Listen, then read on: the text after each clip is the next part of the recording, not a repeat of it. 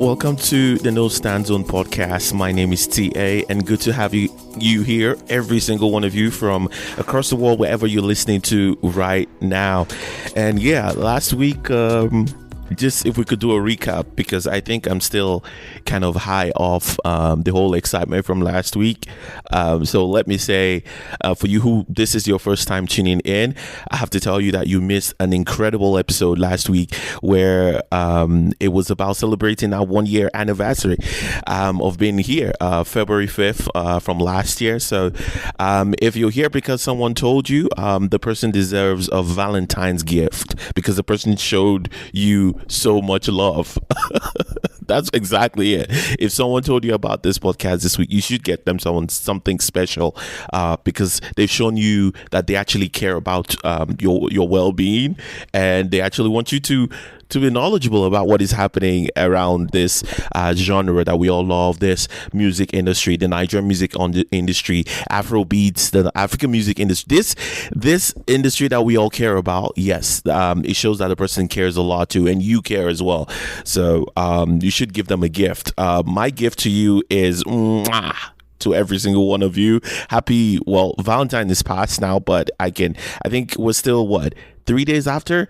When after the Valentine's is it over? Like, you cannot wish anybody anything. You cannot. If you haven't seen the person in a long time, you can't even say, oh, happy Valentine's or anything, right? I wonder how long after. 3 days?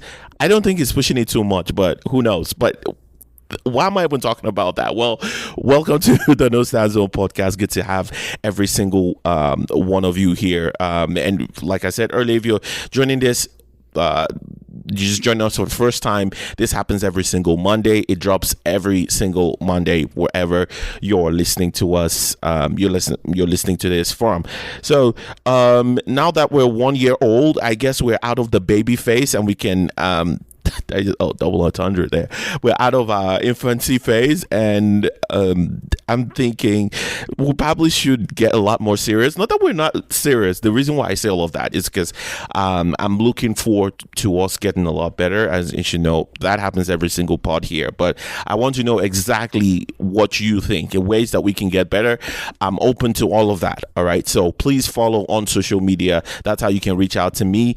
On Twitter is at NoStanPod, at NoStanPod on Twitter, and you can reach out to me. My personal Twitter account is Tiae Sound, Tiae Sound, Tiae Sound on Twitter, and I might respond as soon as I possibly can. Ways that you think we can get better, things that you think we should tweak here and there. I'm always open to every single one of those ideas, because I mean, we're building something here, and hopefully you come in every single week, show some sort of immense commitment to this, so you can as well give your take, so this pod becomes a lot better and you can actually stay listening for a longer period of time. Okay. And yeah, so that being said, let's start this week with how I always love to start our episodes real quick, is to dive into the new music, like the things that came out this week, and I'll just give you my opinion on every single one of them. Not every one, but the ones that I kind of listen to, and I would say that even deserves some sort of review or anything, because I think not all the music that is out there deserve any kind of review at this point. Honestly, I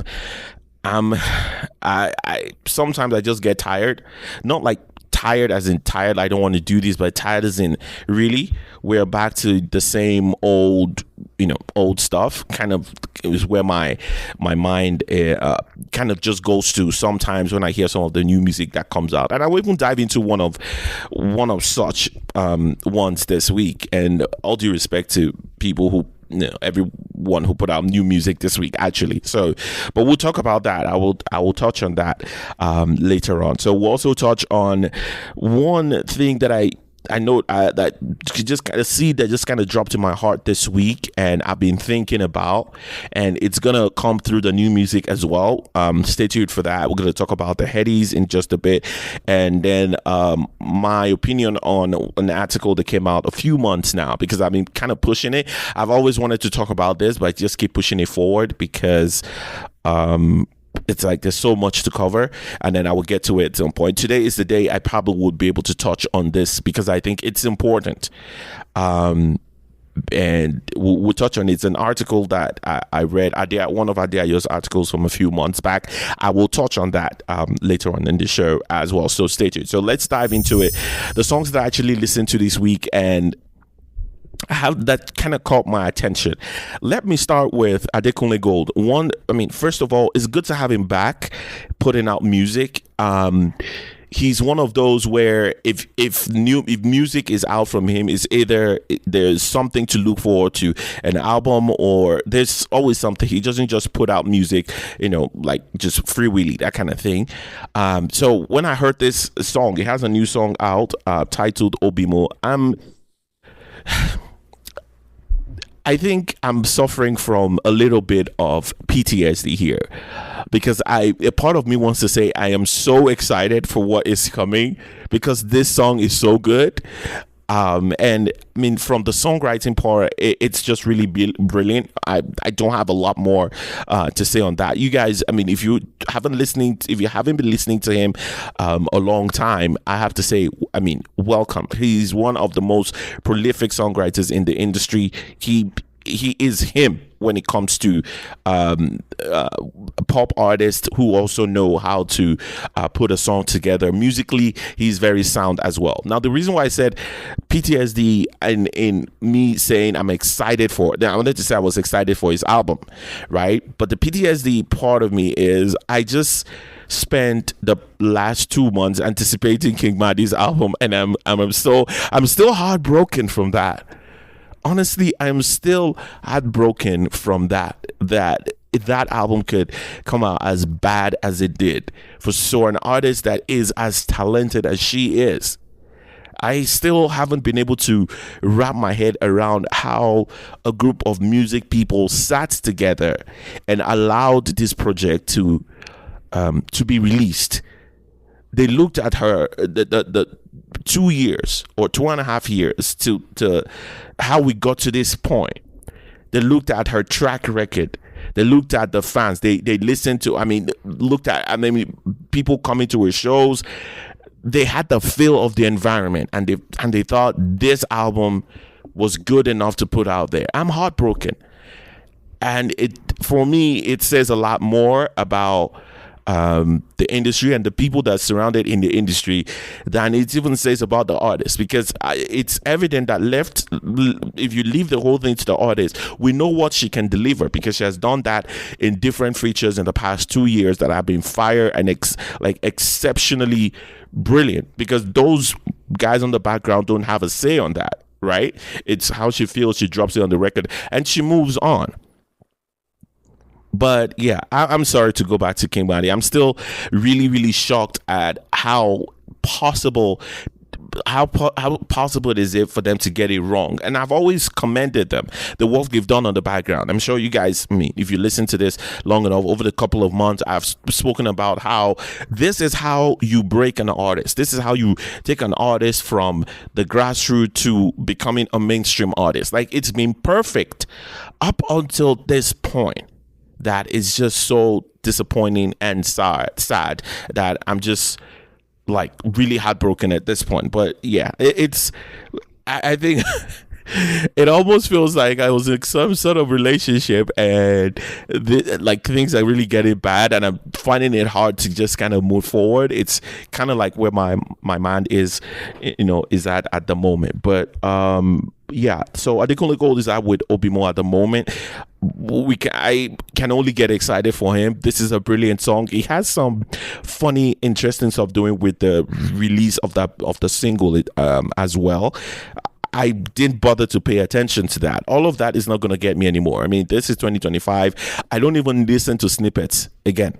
So I think I've been burnt in the past. When I listen to snippets, some of them sounds good, some of them don't. I listen to the song itself and I have a different opinion entirely, right? So I don't listen to snippets anymore. And number two, I don't watch for artists' gimmicks and the gimmicks they play to the release of a song. And I understand that some of those things are necessary, right? Some of the gimmicks they play, it's necessary to create buzz around the album, the project, the song, whatever it is. I personally am not just falling for that anymore. So I saw him doing some funny stuff, having different people in videos of promoting the song, and that tells me probably those guys are going to be on the album, because they one of them looks like a rapper from the US or something. So I'm going to be seeing how that turns out. I'm not falling for any of that fun. I mean, I don't even know why folks are not tired of all of those things. If you've been covering this industry enough for long enough, all these gimmicks, you just see it and you just be like, you know what, whenever you release the project, you release it, and before, like, it's not for me. And I still see some industry people, or people that are vocal in the industry, say, like talk about some of the gimmicks that artists play, and be like, oh, this is the most, one of the, some of them would say, oh, this is one of the best, what would I call, like, release something, I mean, I don't even want to go into all that, but I am really excited for Adekunle Gold. And I remember from 2 years ago that I mentioned that his songs are sounding a lot better. Like, the production on his songs, on his project, from the last one from the last album that he released. Give me a second here. I remember I was part of a Twitter space when he last released this project, and I was like, wait, this album sounds like brilliantly produced. Like, the sound is not something that I hear a lot in the industry. I'm talking about Tequila Ever After from 2023. That album, I think that 2023, it was his album and Amare's album that really caught my attention. I was like, wait, normally Afrobeat album projects or songs don't sound this good. This is exceptionally good, and the production on this song again has the same has the same production. And somebody has changed, or something, he's changed who produces his songs, because this is crisp, it's crystal clear. And if you cannot catch it, I don't know what to say to you. I don't know how else to explain it, but this is brilliant work on the engineering of his project since 2023 has been absolutely remarkable. And I remember mentioning this, and most people didn't catch it. So I mean, that is by the way, but something definitely has changed with him and whoever is working on the production on the back end. Now, the album, personally, I did not love the album, because I think he was trying to do too much, and I loved a certain phrase I coined, or will I say a word I coined, the foreignization of Afrobeats. I think that's what killed basically this project for me. A few songs on the project that I really, really liked, and some of them just went like that, and it's really disappointing. Like the last song on that project, All My Life, it's a ridiculous record. And I mean, and then it turns out that the pop project, the top pop songs on the project is what actually goes far. That most people know about, and I mean that is what it is at this time and age. But I would. That's basically what killed this project for me. It trying to sound a certain way, or trying to reach a certain market that, for me, I'm like, for someone like Adekunle Gold to fall for that, I was so disappointed. I'm like, well, you need to stay original, and this album didn't sound like that for me.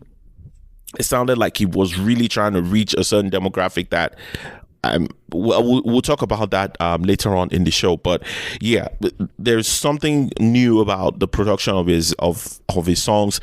He's definitely doing something different, and that was very noticeable on the song titled Obimo. Another one that I listened to this week that has me really excited as well is Niniola and Praise on the song titled Electrical. Let's put the video of this song to the side, because the video was just corny that they put out. I'm sure it's not the official video, but the song itself is very interesting to me, because Niniola for a few years now has been on the like house music, sort of Afro beats merging together. Also working with the piano sound. It's been party. Has been the tempo has been really, really up there for every song, for even her projects as well.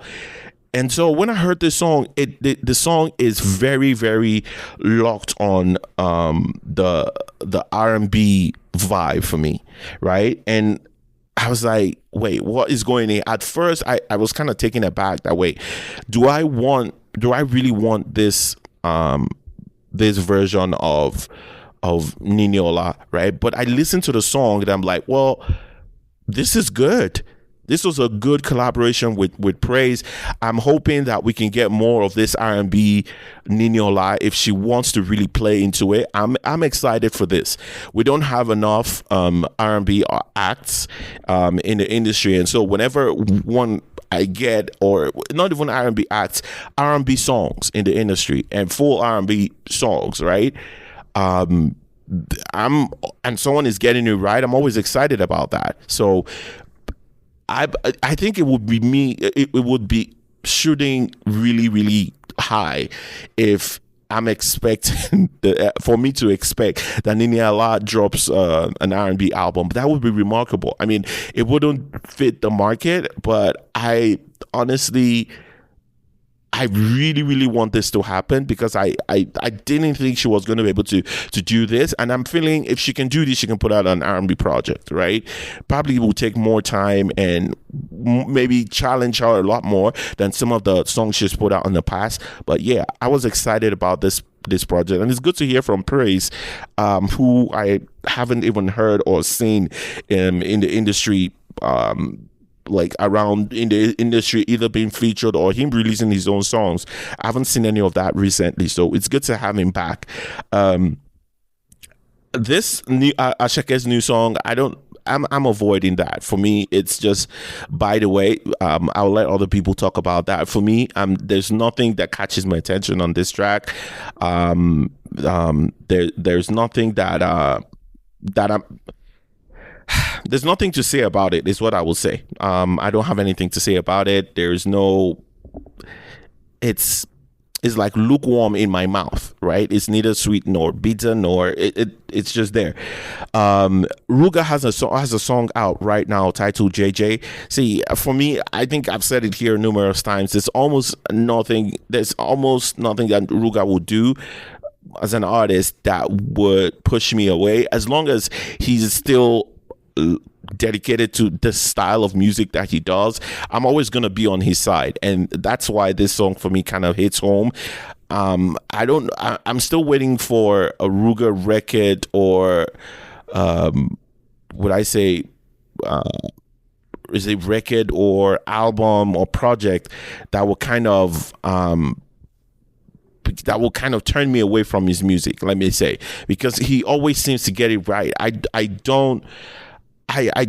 He has a unique style that kind of has that I'm sold on. Let me put it that way. That whatever he puts it out, I'm like, yeah, I'm for it. 10 over 10. Like head, shoulders, knees, toes, everything in, right? So he has me on lockdown. That style of his, I don't think he would ever get it wrong, and he knows how to hit the, what's it called, the lamba, the words, the lyrics. I'm always good with him. I have absolutely no problem with the record. He's also one of those acts as well that you hear from him and there's something coming up real soon, and it looks like this year is going to be packed. Of a lot of artists are releasing music, like this year is going to be packed. I mean, from Adekunle Gold, for sure, a project is coming. Burna wants to release projects every single year, so we're going to hear something from that. Wizkid just released an album last month that, I don't know, nobody's talking about anymore, so that is that. Davido, yes, releasing something. Rema is going to release something as well. I mean, so it's interesting. We're going to have a Ruga again this year. It's going to be an interesting year. For out of all the names I've mentioned, I don't know what the fact that I'm not excited about any of the names I've mentioned now. I don't know whether that is a bad thing or a good thing, or is that something to be worried about. I'm, for one, is like, whatever you guys give to me, give to me. I mean, it's still Afrobeat, it's still pop, and yeah, I kind of know what to expect. Sort of, it then comes to, sort of like the artist and whatever they decide to do in the end. So yeah, shout out to Ruga on that one. Push to start, man. Tyler is still on this water run. I don't know what the plan is here. I'm surprised, right, that there's even any push at they're even still on that album from like what, 2 years ago. I mean, and it's been really successful. I can understand why, from the business point of view, that you're still pushing a song from 2 years ago. I mean, you've released an album, you've released the deluxe as well, right? I'm really just surprised that they still have this album on their, in their view, like right in front of them. They still want to do some work on this record, right? Even as far as, back as the album has been released. The new song with Sean Paul, I said this album is one of the best pop albums or best Afrobeat albums ever released in the past like 5 years. One of the best, right up there. It's one of the best pop albums or Afrobeat albums released on the continent, right? This song, I'm sold on the song as well. I'm just a little bit surprised. Now, I'm not, the Sean Paul on the song is more of, I'm surprised, and oh wow, Sean Paul on the song. That's kind of like how I feel. The song is not getting any like better than I already believe the song to be, right?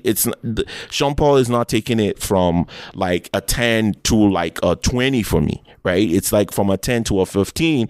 It's still kind of like, oh, Sean Paul is on this record and he kills it, like what you expect him to do. Sean Paul comes with Sean Paul vibes, right? Sean Paul energy on any song, and the song is just like ready. The beat, everything is just kind of laid down on a platter of gold, and he just does his magic, right? So that's kind of when I saw it, I was like, wait, Tyler, you guys are still on this project, right? And I mean, in a way, that's good. But the thing about that is this: when you release an incredible project, right, and and your team knows that the album is great, you milk the album for as long as you possibly can. That the fans are not even mad. They're like, yeah, we will take it. A Push to Start remix, yeah, we will take it, right? So it's like, and this, I've mentioned it on this spot before, it doesn't happen.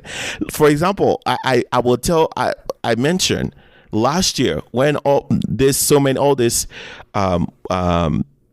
what would I call these publications? What's the word I'm looking for? All these milk toast publications were releasing their albums of the year, right? And they were talking about Victoni's album and what's his name? And Fireboy's album, and they were saying how great the albums are.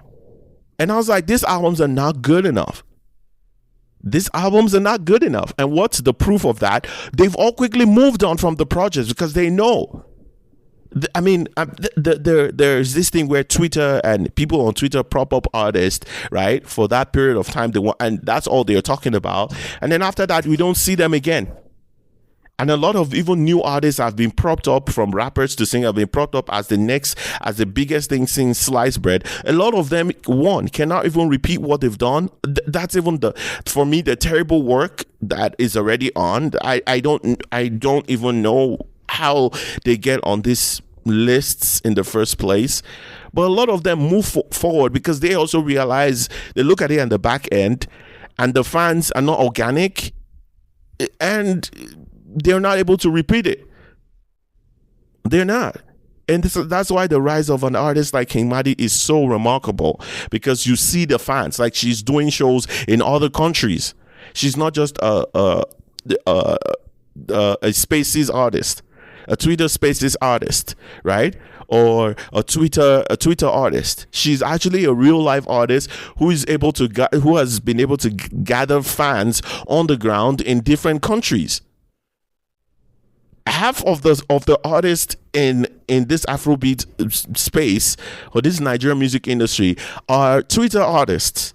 They are Twitter Spaces artists, where people on Twitter Spaces prop them up, and that's it. Once this projects drop, and I mean, for those who just who have the ear for these things, you can see from a mile away that, with all due respect, you're not good enough. I don't see 2 or 3 albums from these artists, that 2 or 3 albums that are notable. I'm not saying give me the very best. I don't hold any artists to that level. I will take your album as they come. I will take your products as they come, right? So a lot of these artists are just Twitter artists. They prop them on Twitter. They feel good about themselves. A few people in the industry tweet about how great they are, and they think they're the next thing since sliced bread. They are not able to get in front of anybody to perform anything. There's no artist development there. Not even artist development. They've not even been able to gather fans. Where are their fans?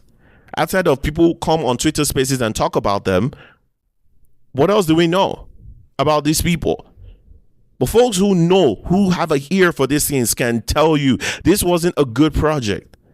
Because if you have a good project, you don't just move on. It doesn't happen. I mean, there is the business side of things, where if you have a good product, you want to keep putting it out. There is a reason why iPhone is on iPhone 16 right now. Because if you have a good product that keeps selling off through 2 different generations, like the millennials are eating it up, we have Gen Zs who actually love this product as well. You want to keep giving them different iterations of it until you're not able to do that anymore. That is how products work. These songs are products as well of the artists. So if you have something good, you want to keep putting out there. You want to keep talking about that product you have. And a lot of these artists are with record labels, international record labels, who have the money to spend. If these labels hear it and they know that this is actually a good product, but they know that it's not a good project, that's why they quickly move on from it. Nobody sees a good opportunity to make money and be like, oh no, not even in the way the economy or the way things are in the music industry, where everyone is looking for how can I make money from this, or from so artists, from this album, and then there is an opportunity for you to make money and you'll be like, no, that doesn't happen. So that tells me that even the people at the back end have seen that these albums are terrible. They're not going anywhere. Why push for it?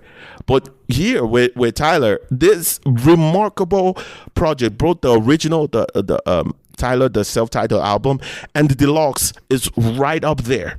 I talked about the deluxe here as well.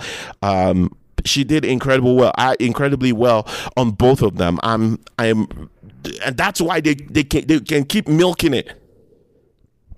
That's why they can feel confident to still find a way to remix one of the songs of the deluxe. What are we talking about? One of the successful songs of that deluxe. Incredible record, even the original itself, Push to Start. Tyler, man, she's up there. I put out a tweet months ago about her. Like, a lot of people, all the hatred that came her way internationally, they're gonna bite their tongue, because she's going to be here for a long, long time, and folks need to brace themselves up. Like, I don't care whether America accepts her or not, and I think they need to start, kind of branching as well. Like, the UK is there. A lot of people who love the music, who love the sound already, right? If you come original, people, they're going to accept you. There's a whole continent out there still waiting to embrace and still take more of you if you focus on there. And I understand, well, the American market, it is what it is, right? So shout out to Tyler, man. I'm really, really, one, I was surprised, and two, I'm just really glad that she decided to do this. Okay, so let me get to 2 albums that I actually heard this week as well. So real quick,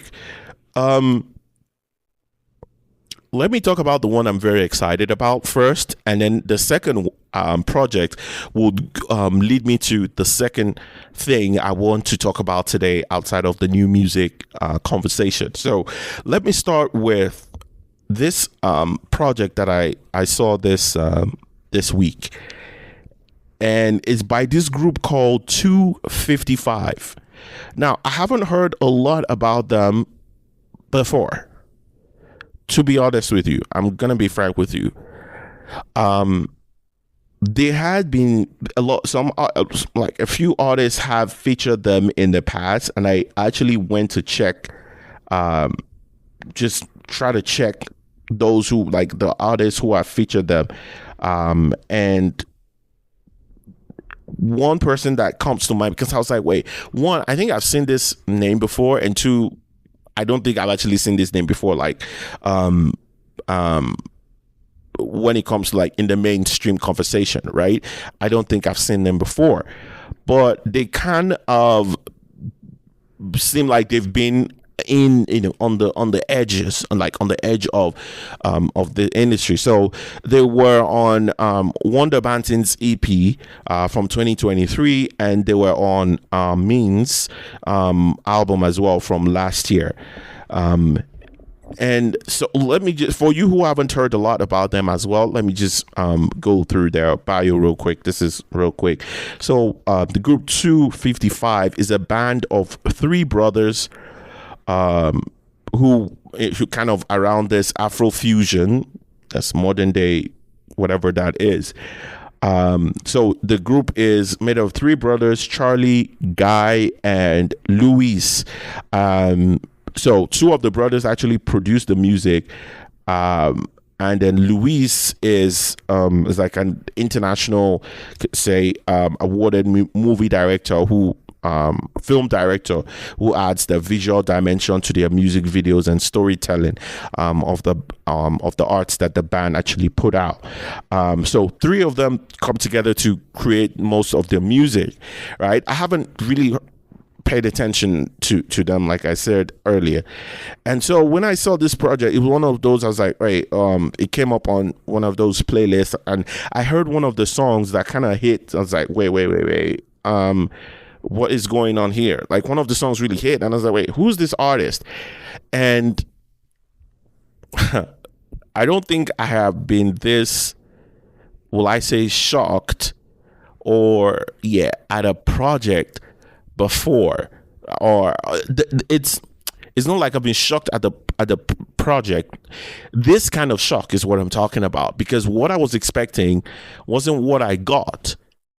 Now, I was expecting there to be more, okay, and if you have three brothers who are part of a group, like a group, right, then it should be that one actually sings, right, and then maybe they all produce, two produce, like they said, and then maybe one of them actually sings and the other one deals with the videos.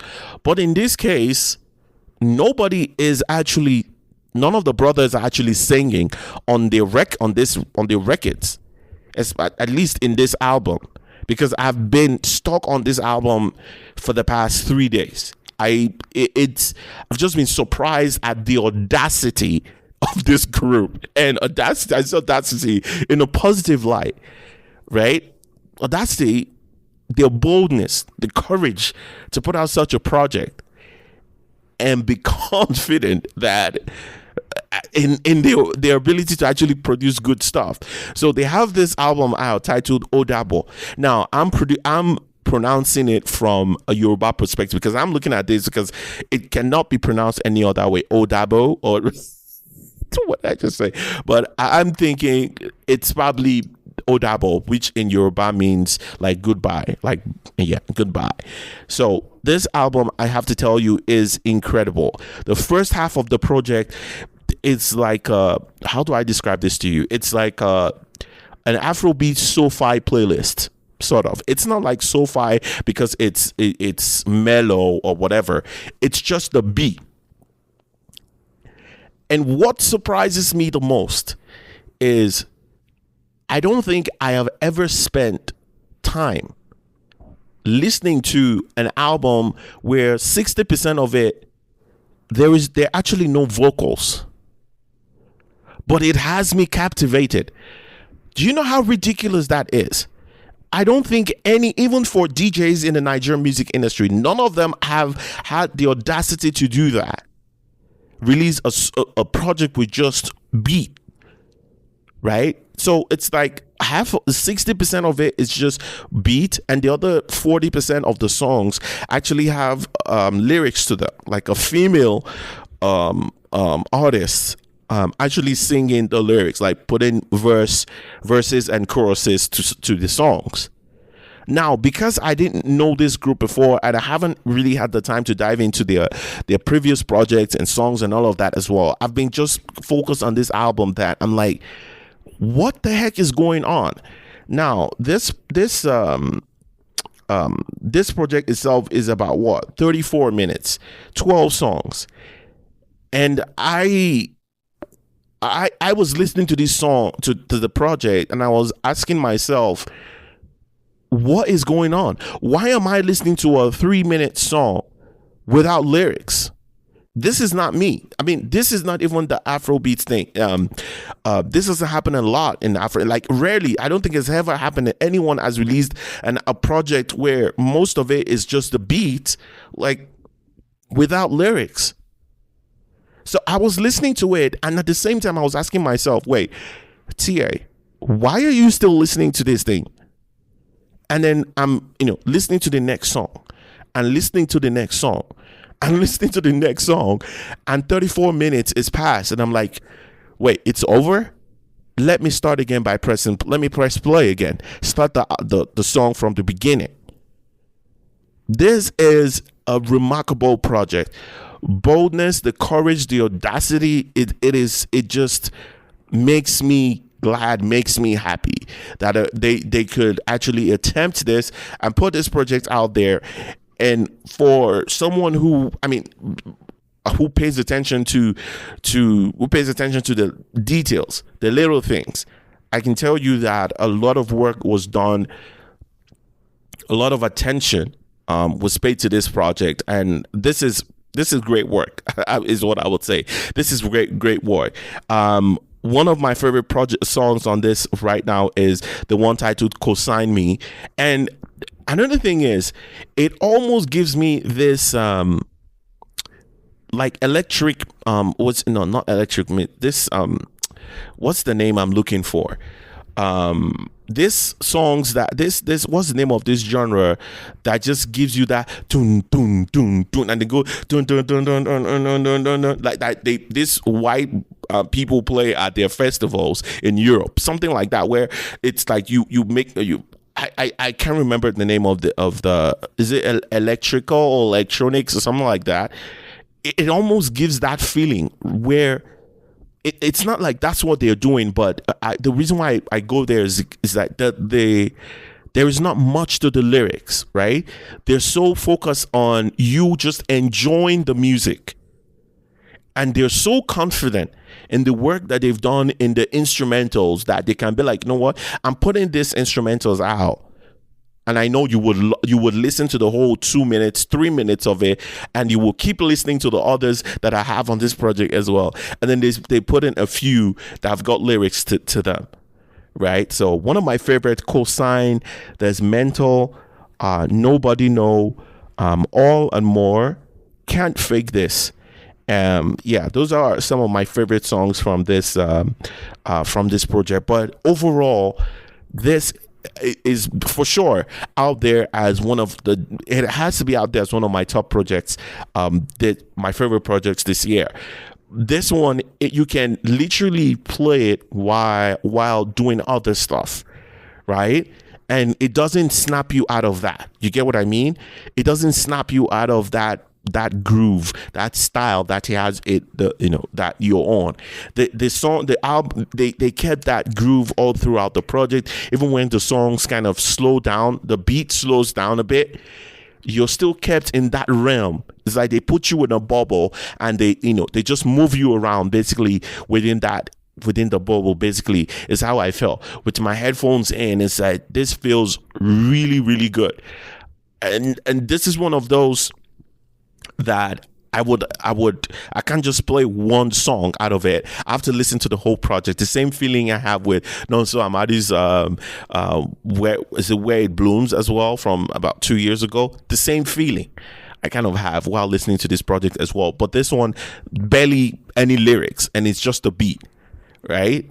This, man, I'm so impressed with the work done by this group band 255. I will be listening to more of their music and the projects they've put out in the past, because they say, like, say they're Afrofusion, right? So they've been doing this long enough to, and they have they've been doing this long enough to gain a lot of followers, at least on their DSPs. On Spotify here, they have over 200,000 monthly listeners, and that is, I mean, that's decent for a group that is not in the mainstream conversations of Afrobeats or even the Afrofusion today. So this is great work. I will be listening to their previous works as as the year goes by, and let you guys know what I think about them. But you guys really should check out this project.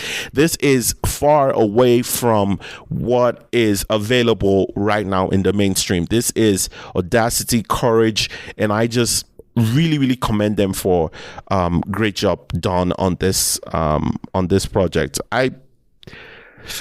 I don't know what to say, man. I don't know what to say, but yeah, they seem to have everything just kind of locked down, and I'm impressed with the work. And I mean, you cannot deny when music is good, right? You cannot deny that that good music is good music, right? So that's kind of like where I am with that right now. That, yeah, you can, if a song hits, the song hits, and it is what it is. And I had just had to commend them. So the other album that I listened to this week that I mentioned earlier is the album by Wani, right? He is, let me quickly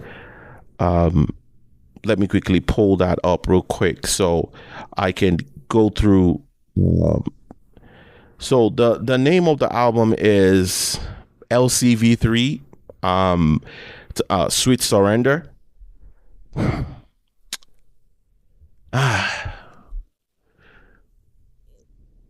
For me, as I listened to this project, for me it was like, wait, are we back in 2016? Because this was giving me the Mr. Easy vibes while I was listening to the whole what EP he calls it. And I don't know, I'm not sure what the goal is here. If this was to sound like an R&B record, like an R&B project, I don't know. Even for me, this wasn't good at all. This wasn't good. And I understand that there's this thing in the industry now where where artists feel like you don't have to know how to like sing per se. You can just kind of, I don't know how to describe it, just kind of give this lackadaisical attitude approach to the lyrics, and just give me those slow R&B Afrobeats vibes, and I should be good. No. I mean, if this was 2015-16, probably this project could be, this project could be like, oh yeah, this is great. But even then as well,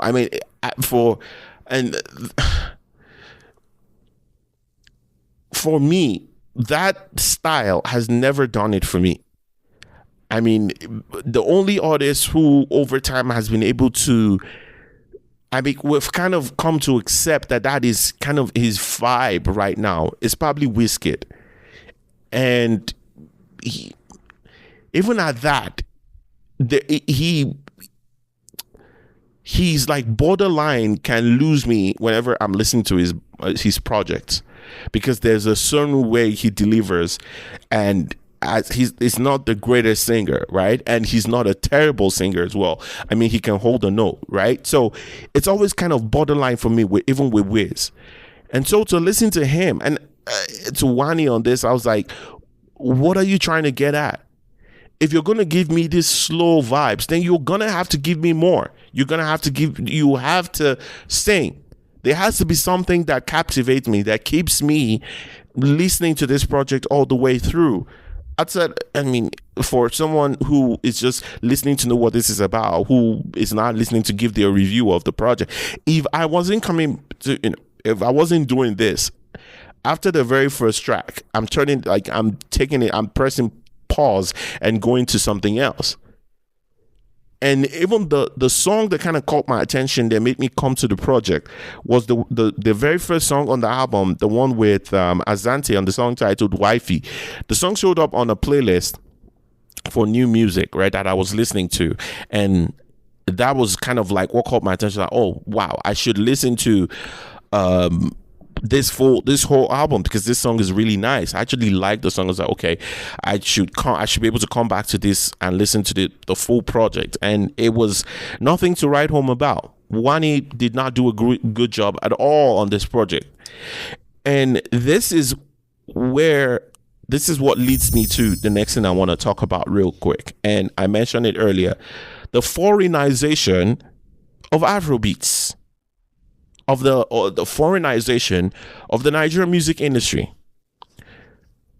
Because what I think is happening here, and I've seen the same thing with Means and a few other artists as well. What I see that is happening here is a few people have seen the style or the artists that have been successful internationally. And so you see that, oh, this is the style the artist is doing. Let me go with this style. And I'm not saying that to talk about Wani alone. I'm talking about the whole industry now, where it is like similar sounds everywhere. There is barely anyone that is giving me any distinct style, any distinct vibe from them. I'm not telling you to give me something to come up with your own genre. That's not what I'm talking about. Or to tell me you're doing Afrofusion. Now I'm going to give you an example. There is a difference between all these artists. I'm going to call 5 artists, and I can tell you that the different, they were all pop acts at some point, and it's all different vibes you get from them, but they all still pop act. What you're getting from Tiae is different from Duncan Mighty, is different from P Square, is different from Nice, is different from Two-Face. In fact, it's different from Phase. It's different from Bracket. It's different from DJ Ziz. Like, it's different from Olu Maintain. I could go on. There was a time where the whole industry, every artist was so unique in what makes them, that everyone could kind of survive and thrive. Where if you bring these 10 artists to a show, and now I'm not saying this actually existed, I'm giving an example. If you bring these 10 artists to a show, what you're going to get is 10 different energy from these 10 different artists. Like, their style is so different. At the same time, it's within the borders of the Nigerian pop scene at the time. We cannot say that today of the top acts.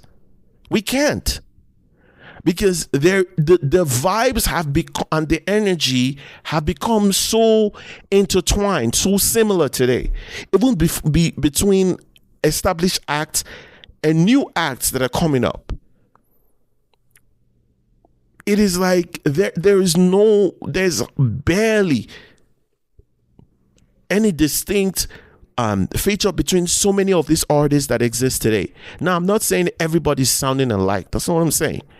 But I'm saying the sound coming out of the industry, it is so similar at this point, because everybody saw that, well, this style worked for Wizkid, right? Or this style worked for was this guy's name that has this Love Wantiti, right? It is what this particular slow vibe and you not necessarily singing has worked for a few people in the industry. And so, I mean, let's all go that route. And that's why right now it's like you can't even point. I can't. I can confidently say there isn't a distinct sound today. And when folks were busy slamming Ashake for Amapiano, whatever, I was one of those people who said, why leave the sound? Why allow this Twitter handles to determine how you go with your music? If it's working for you, stay there. Let that be you. What makes you you? Your work. If other people are copying you, the photocopy no be original. Shout out to Nice. Photocopy easy. You are the original. The industry can keep trying to photocopy you, but they're never gonna be a shake. So stick to what makes you you. But he ran away from that, which is just ridiculous to me. Right? I mean, that's what makes me excited about an artist like Tiae Akpala as well. It's still in that pop sound, but there's something unique about him. That's what makes me excited about Ruga as well. I know what to get from Ruga every time the song is gonna come out. And there is a positive to that when artists know your style. Right? You're able to work with different sounds or beats or whatever, ideas from producers, but your style is still there in respect of what you're working with. I'm not seeing that with a lot of artists today. I'm not. And that's why so many of them cannot last more than one album.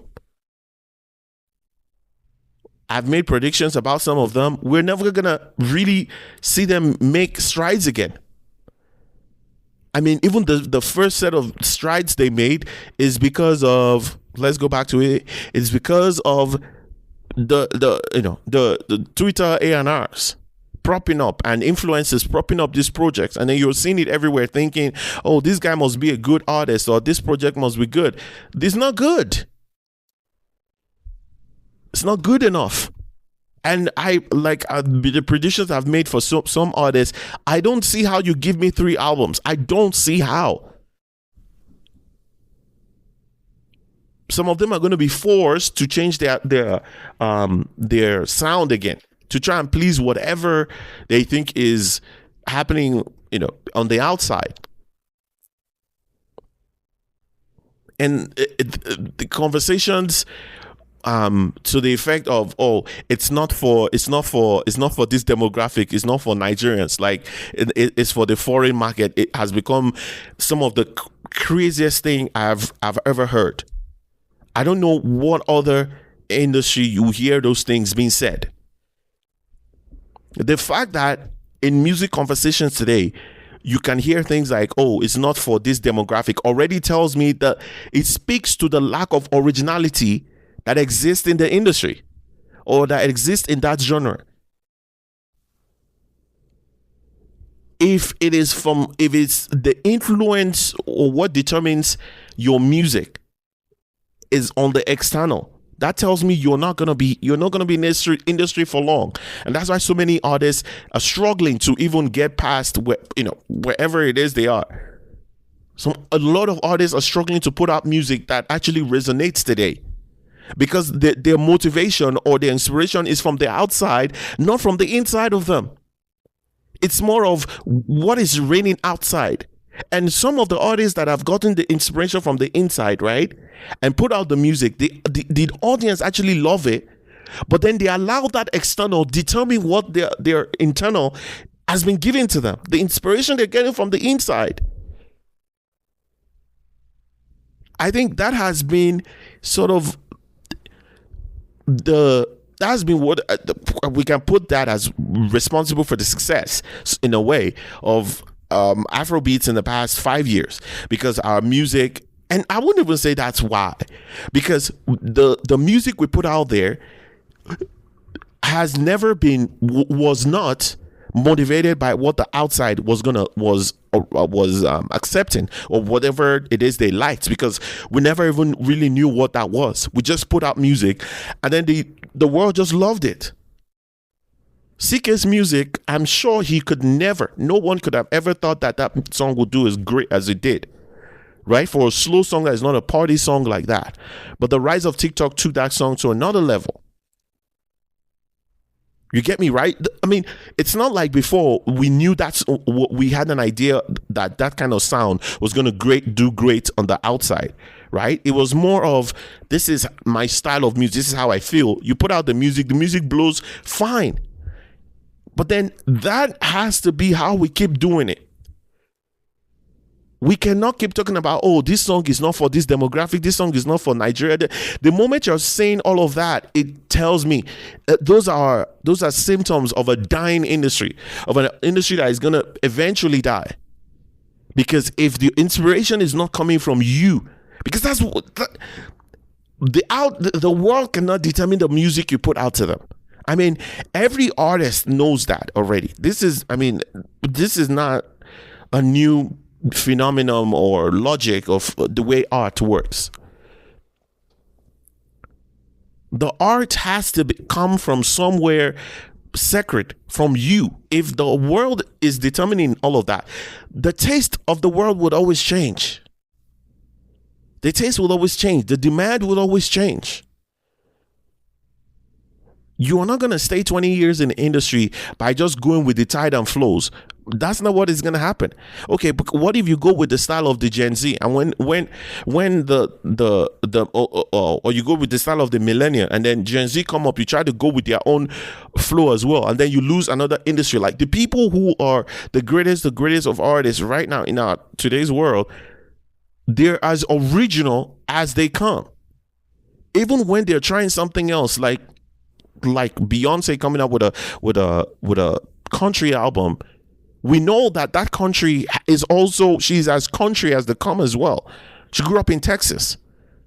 It's always something she had always wanted to do as well. So that music is also inside of her, not influenced by, okay, are there country fans out there? I want to express myself this way. And then if you accept it, fine. If you don't, fine. But I'm saying it. The foreignization of our music has led to the lack of originality today. And everybody trying to work with a certain sound, trying to craft the music to go with to go with TikTok and to do all of that. That doesn't help anybody. And I understand that, well, we have to make money and all of that. Well, we're going to have to decide what we want here. Right? And I'm not saying people cannot make money or try to make music, whatever, but we're going to have to decide. If you want to be that artist that just finds the latest whatever to go with TikTok and all of that, you are not going to last. It's not even like it's not me having bad energy on your music or whatever, putting some bad energy. It's just the way life is. And sometimes, you can actually put out the music that is original to you and it does not become mainstream. Like, there's nothing you can do about that. It is what it is at that point as well. So, I think we have to somehow find a way where the kind of music we want to put out there is not influenced by the market we're trying to reach. I mean, that is evident in the last Burna Boy's album. I mean, he was going around dressed in baggy shirts and Timberland boots because he wants to reach a certain audience. For me, I mean, as whatever good thing he gained from that album, from that project, money-wise, whatever, for me, that tells me someone who you're not going up from there because you're always going to be chasing that high. You're always going to be chasing that validation. And the validation has to always come from you. Your validation has to always come from your inside, where you know what you're putting out is like it, you feel satisfied with it because it is what you want to put out. It is you. The more we chase that high, the more we are chasing, we want to reach out to this, I want to reach this audience. I want to reach this audience. Bro, you're losing yourself. Case study, King Madi herself, King Madi. It's not a bad thing if you want to win the Grammy. I mean, the fact that you even mentioned that in 2024 tells me you have no idea how the Grammys work and what it takes to get there. Number one, right? This is 2025. We all know how that game works and what you have to do to get there. It's not just your music blowing in Nigeria and even in Africa. As great as you are in Africa, that doesn't guarantee you that. Right? So it's like, and then you go ahead to make an album where you're trying to out R&B the R&B gods on their side. You're not gonna be bigger than Chloe in the US.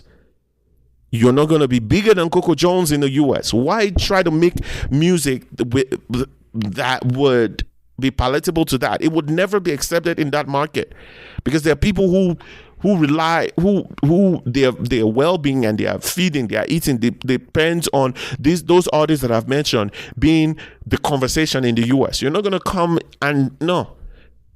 You have to stay original. That's how you're going to get your way in. Even if that is your goal and you want to reach there, you have to stay original. You have to stay original. It's just ridiculous to me. It's killing our artists, and anyone who doesn't, or is killing the industry gradually, but it is. Because, I mean, anyone who knows what this industry was like 15 years ago, 10 years ago, cannot tell me that the way the industry is now is good for us. No, for sure not. For sure not. And oh my gosh, again, this year, but that's this year, the time. Let me pick one more thing to talk about real quick. I'll have to this week again. I'm gonna push Adeoyo's article to next week for sure. At some point, I will get to it. I promise. At some point, I will get to it. I'm not gonna tell you which one it is, so you guys don't go looking for it. I want to keep it exciting, okay? But trust me, you are going to want to hear what I think about this article, and I think it is so fundamental to the creation of art itself, music, that I think it's just ridiculous. His perception or his view on this. But real quick, let me talk about the Headies, because this is really more recent. And if you've been listening to this pod long enough, you know how many times I have spoken about the need for award shows in Nigeria, right? Why it is important. As much as artists frown like they don't like it, I don't give a damn what they like. It is what is good for the industry. What will make the industry grow, thrive, become better, and building an ecosystem basically is what it is. And I have been of the advocate that we need to have one. We need to have one that is credible, that is consistent, as well, right? And that will stay for the long term. Those three things. It has to be credible, it has to be consistent, and there has to be longevity. There has to be vision to it. Every award show across the world, those three things, any credible award show have got those three things, right, to it. And I have to tell you, the Headies don't have any one of these three, right? There is no credibility to the Headies. Even with the new announcements they've made, there is no consistency in their work, because they come out every 2 years and then they want to cover the last 2 years that they've done. So there's no consistency there. And number three, there is no vision. So even imagine you had two, we could say, okay, you could keep pushing and eventually you succeed, right? But you don't even have one out of the three things needed for any award show to thrive. You are not going anywhere. I heard him speak, and I was just utterly disgusted by the words coming out of his mouth. And I was like, how? In 2025, with the access to information that we have, with the internet, and how you can go to different countries of the world, do research about how award shows are developed, how they are done. And in 2025, these are the things you're saying. I'm not even going to go to the nominations that were released, because that is just ridiculous to me. That is just, it is utterly garbage. The nominations, absolute garbage, cesspool of information there that I'm not even going to touch. And I don't advise anybody to. I tried to go through a few of them, and it was just, I was like, how can I wash my eyes, wash my mind, and cleanse my mind of the rubbish I just watched and read, right? So I'm not even going to go up to that. But how is it in 2025? This tells me that he has not actually been thinking a lot about this award show, and he's not serious about it. Another thing, now in the longevity part, longevity, right? Longevity, sorry. on the longevity part of the three things I meant, the three pillars for any for any award show to be to thrive, the longevity part of it, you have to be building something that would outlive you.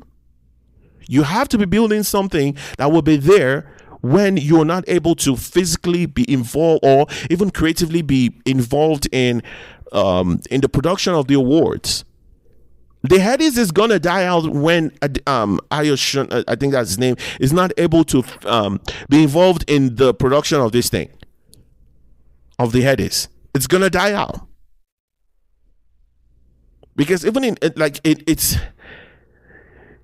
And that is it's a unique Nigerian problem, where it is even hard to build businesses and pass it over to a new generation to do it. That even when you're not there anymore, that the business continues to thrive. But it's because most of our businesses are not rooted in strong vision and mission statements or culture, that you can pass it on and know that the culture and the vision is strong enough to pass it to numerous hands. It will still keep its structure, right?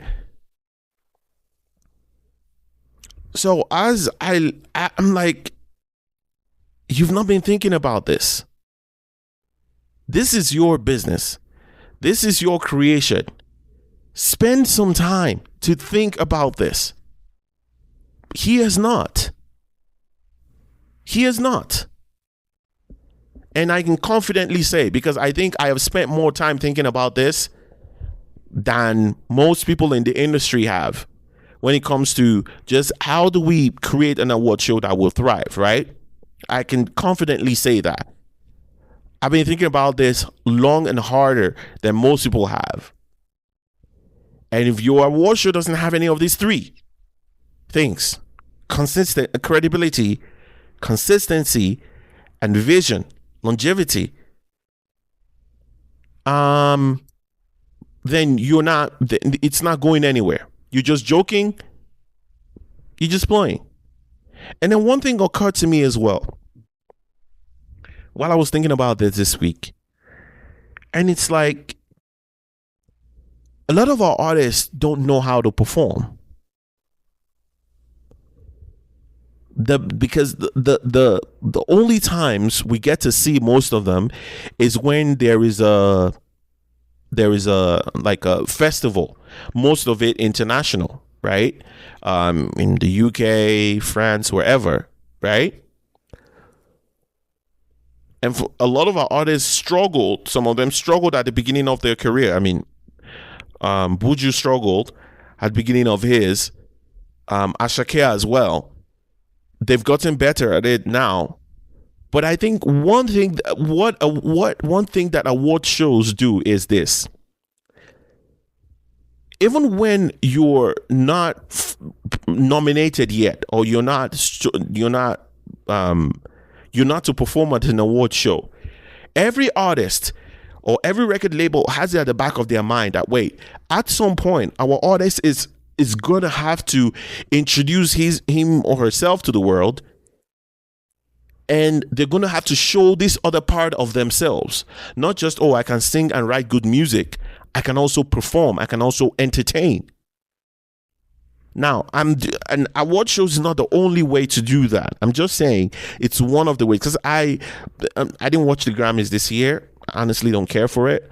But some of the performances, the videos that I saw afterwards, I was like, oh my God, this is a lot of work. A lot of people put effort into this, and some of the performance was just remarkable.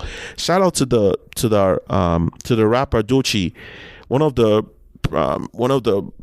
like bright lights of performances that night. I was like, oh my goodness, look at that. And I don't think I've ever seen her perform before, but the Grammys creates that environment for you to showcase your craft, and then it gives you an opportunity to it gives an opportunity for the fans to actually love you more and to be more committed to your music. Now, if as one who doesn't listen to Doechii, at this point, there's a lot of respect that I have for her as an artist. I'm like, wow, a lot of moving around. At the same time, you're rapping and breath control. And then you still have to memorize the choreography and all of that. That is remarkable. And those are some of the things that award shows do. Now, in the US, they have late night shows as well where artists go to perform. And I think I've seen her, Doechii, perform at one of those late night shows as well, which is just remarkable. Like, it was mind blowing. I've never seen anyone do that before as well, right? But this is the Grammy stage. People around the world are watching. A lot of people, this might most likely be the first time they've seen her perform, right? Yeah, so, I mean, those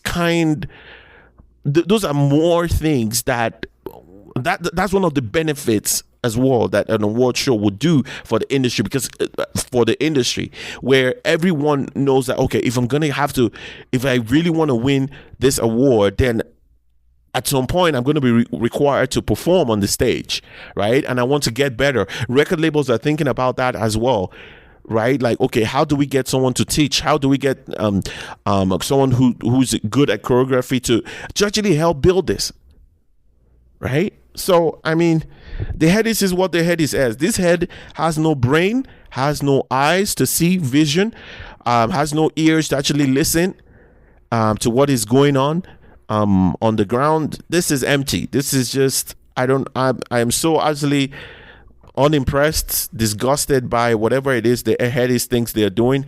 They say they're going to hold an award show later this year in the middle of the year, and then they're going to hold another one in December, saying for the Dirty December period. I'm like, man, save that to the people who actually give a damn about it, because you don't.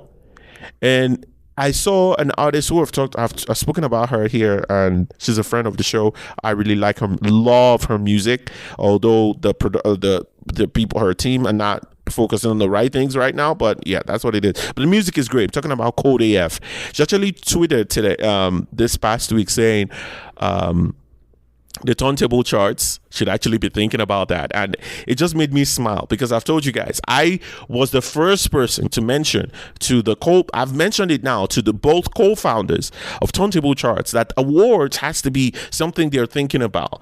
They have one of the three pillars needed for a credible award show right now. They have one, and they can easily build on the remaining two if they take their time to have a proper vision, know how to what's going to be the succession for the award show, the board of directors and all of that, how they're going to be able to pass it around. Are they going to have enough vision? Is vision that is strong enough? And two, are they going to be consistent? They already have the credibility, because a lot of the industry actually believes in what they're doing right now. I mean, with the turntable chart, most people respect it. I mean, they have the respect of a lot of artists, producers, record labels as well. So they have one strong one, right? And they actually, I think they put out an award show last year. Yeah, they actually did. That was, oh my gosh. it was so sad because they try to put it on an award show without the vision, right? And the thing is, if you don't have vision, right, it makes you it affects the vision. It affects if you don't have the proper vision, it affects your consistency, and it also affects your credibility as well, right? Because that affects some of how you put out your nominees and the kind of even nominations you put out there. You don't even know what is really the goal of this award show. What are we here to do? You just put out any form of award and say best whatever influencer.